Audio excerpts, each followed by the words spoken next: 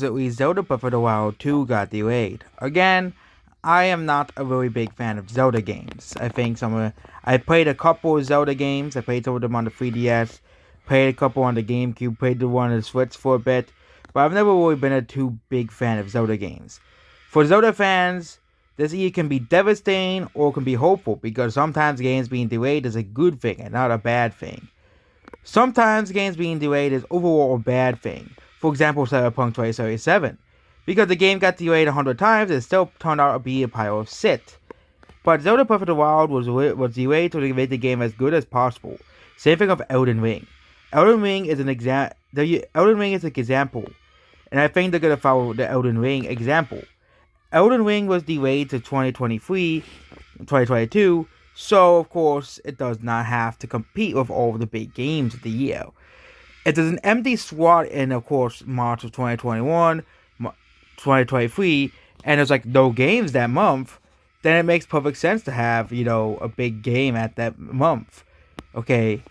But Pokemon Gen 9, I think, is the reason why Breath of the Wild 2 got delayed. Okay. Pokemon games sell 20 to 20, Sword and Shield, for example, sold 20 million copies. Legends Odyssey sold 10 million copies. And Diamond Pearl Remake sold 10 million copies. All games sold a lot of copies. Okay. And if you look at games that are, Nintendo 2020, there's a lot of games. Nintendo 2022, there's a lot of games coming out. Kirby just came out, And also, Elden Ring will be Game of the Year. Because, that will be basically, as well. So, Elden Ring will be Game of the Year probably. It's already like the best-selling game of the year. And also Zelda would have to compete with Splatoon 3 as well. Kirby and the Forgotten Land as well, which came out earlier this year. And, this is a lot of games. Of course, Legends Arceus and Gen 9. That's kind of going to be a problem. Because if you're competing with, Pokemon, Kirby, which will probably sell throughout the holiday as well. Splatoon 3, which will probably be a year-long seller as well. And let's not forget, there are other unannounced games that Nintendo has not announced that will probably be releasing in the holiday of the year. For example, like a new Donkey Kong game could be announced for holiday of 2022. Town Life 2 could be announced or something like that. And, it will be just competing with, other games.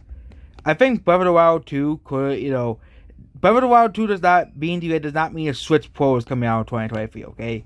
I wish these Switch Pro, idiots would just be quiet, I think Nintendo most likely will release a new console in 2024 or 2025. Or maybe we'll release it when the next gen consoles come out, the PS6 and the Xbox, whatever to call the console. But,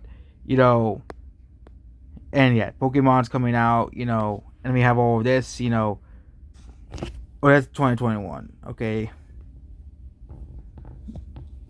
But we have, this is a lot of games coming out, okay? You have Mario plus Rabbids, you have a bunch of third-party games, you have Portal, you have Digimon, you have other games like Dying Light 2, you have No Man's Sky, and, coming out, and yes, Splatoon 3 coming out. Okay, Multiverses is also coming out. Xenoblade 3, I forgot that game's coming out. Xenoblade 3 is also coming out in September. So, yeah. And, yeah, these games, all are competing with Zelda. And, Xenoblade 3 especially. Zelda Breath of the Wild 2 being released between Xenoblade 3 and Pokemon Gen 9 will definitely hurt those games' sales, okay? Because not everybody has $1 million, okay? And, especially considering the economy right now and all the issues and, Ukraine and stuff, delaying Zelda, I think, is probably the best because, of what's going on in the world. And, of course, earlier this year, you have Mario Strikers coming out, Fire Emblem Warriors, the Tales of Sports. I think no one's going to be buying the Tales of Sports. Everybody's saying that game looks underwhelming as a whole. But, You have Kirby and the Forgotten Land that came out. That's the first game of the year. That'll probably sell really, really well. I know 410 hates Kirby for some weird reason, but and let's not forget that we'll have other titles coming out as well, including Advance Wars 1 Plus 2 coming out in April, which was probably delayed so Kirby can have its room, and also because of Ukraine. I think it got delayed indefinitely. I think it's coming out April 8th anymore. But yeah, it's getting delayed indefinitely. And, people criticize Nintendo in 2020 for relying on too many smaller titles, okay? Too many smaller games. Like, people really getting another Splatoon and Xenoblade, but no Donkey Kong, no new Mario Kart, okay? Nintendo can release what they want, okay? If Nintendo wants to rely Mario Kart sales on Mario Kart 8, once again, Mario Kart 8 Deluxe sold like 43 million copies. They can if they want to, okay? They do whatever will make them business successful, okay? And Mario Kart 9 can release on the new Nintendo console. Donkey Kong, I think there is a Donkey Kong game coming this year or next year. I think that's inevitably going to happen. But yeah, they're bringing back Mario Strikers. I think making like a Tamagotchi Life game or something like that, something that doesn't appeal toward, hardcore gamers will probably be something that will be releasing in fall as well. Of course, Pokemon's releasing. And Xenoblade, I think Xenoblade and Pokemon can coexist, because hardcore gamers are gonna buy Xenoblade. The Nintendo fans will probably buy both.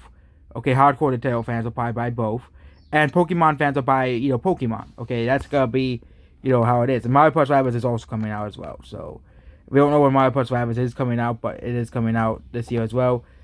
I think Nintendo has one more title they are gonna release. For example, last year we had Diamond Pearl Remix, a new Wario WoW, Metroid Dread, and Mario Party. Okay, come out.